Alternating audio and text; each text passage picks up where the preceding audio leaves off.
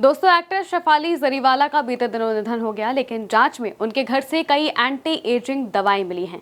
उनके cardiac arrest में इन दवाओं का भी रोल माना जा रहा है। उनकी मौत के बाद ही ऐसे तमाम सवाल उठ रहे हैं।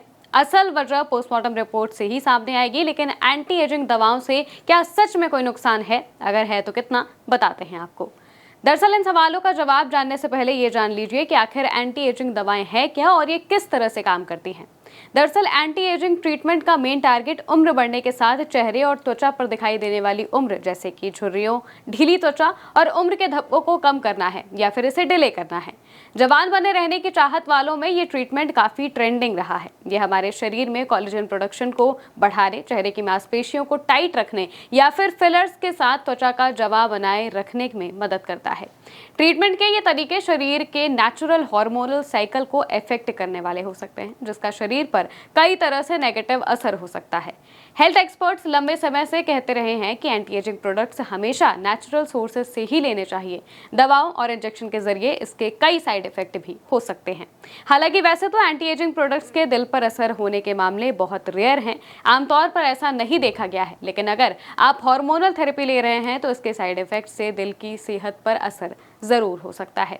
कुछ स्थितियों में एंटी एजिंग दवाएं शरीर के नेचुरल सिस्टम को प्रभावित कर सकती हैं। इसमें आपकी त्वचा तो जमा रहती है, पर अंगों की तो उम्र बढ़ती ही रहती है। ऐसे में अगर आप शरीर की दूसरी समस्याओं को अनदेखा करते हैं तो इसके दुष्प्रभाव हो सकते हैं। एंटी एजिंग ट्रीटमेंट्स में कई तरह के तत्व शामिल हो सकते हैं, जैसे कि antioxidant supplements, growth hormone boosters, testosterone therapy, NAD plus drips और दूसरे मेटाबॉलिक बूस्टर्स।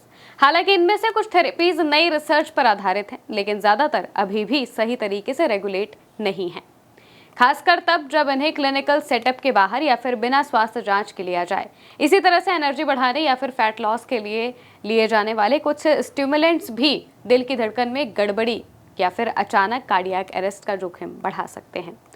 शेफाली के मामले में अब तक की पुलिस जांच में कई जानकारियां सामने आई है। जांच में पता चला है कि शेफाली पिछले 7 से 8 सालों से नियमित रूप से एंटी एजिंग दवाओं का सेवन कर रही थी। 27 जून को उनके घर में पूजा का आयोजन था, जिसकी वजह से शेफाली व्रत पर थी, लेकिन इसके बावजूद उन्होंने उसी दिन दोपहर में एंटी एजिंग दवा का इंजेक्शन लिया था। ये दवाएं उन्हें सालों पहले एक डॉक्टर की सलाह पर दी गई थी और तब से वो हर महीने ये ट्रीटमेंट लेती आ रही थी। पुलिस को इस बात का संदेह है कि उनकी अचानक मृत्यु के पीछे इसका बड़ा कारण ये दवाएं हो सकती हैं, जिसके चलते कार्डियक अरेस्ट हुआ हो। हालांकि अभी इसकी पुष्टि नहीं हुई है। असल वजह पोस्टमार्टम रिपोर्ट से ही सामने आएगी। फिलहाल के लिए मेरे साथ इतना ही। आप देखते रहिए उल्टा चश्मा यूं से।